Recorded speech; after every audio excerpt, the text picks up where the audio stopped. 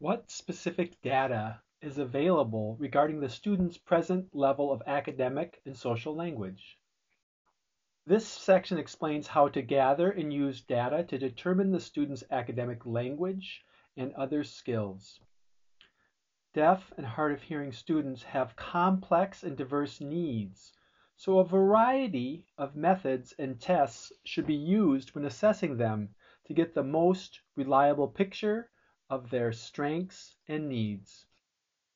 The team needs to be sure that the data collected is current, valid, and reliable, using formal and informal assessments, systematic observations, work samples, and input from parents, students, and teachers is important.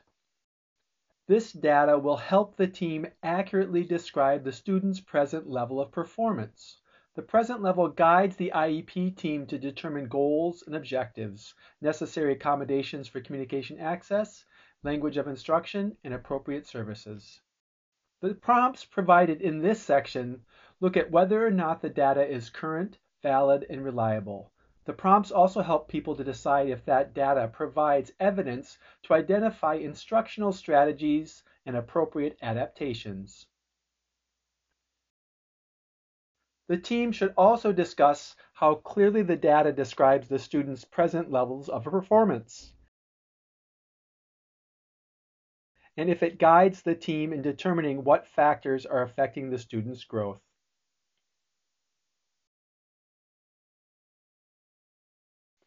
Many assessments do not include deaf or hard of hearing students in the norming sample.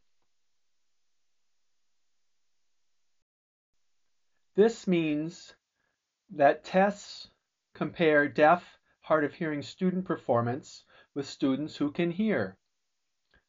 This may affect the interpretation of results.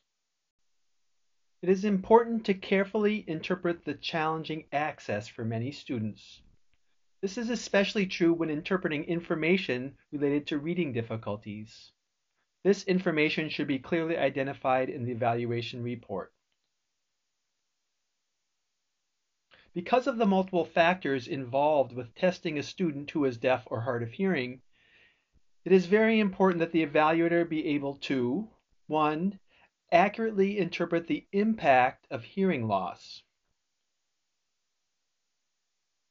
2, communicate fluently in the student's primary language. And interpret other factors that might impact student learning and development. For example, if the examiner is unaware of how hearing loss affects language development, then she may assume that the student has language or academic delays because of cognitive processing challenges. Some students do have different disabilities, but hearing loss impact must be carefully interpreted first.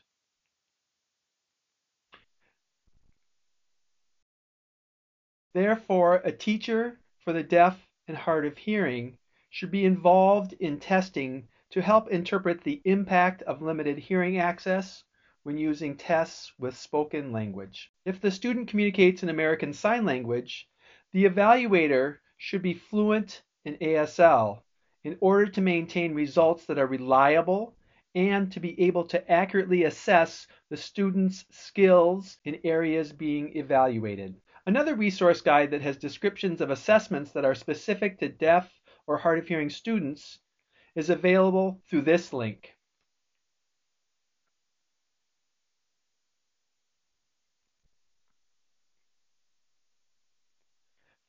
Finally, the guide provides a list of possible sources and materials to consider when assessing students in the appendix at the end of this guide. From a parent's perspective, the guide helps me to understand the IEP process and to ask questions about the data for my daughter.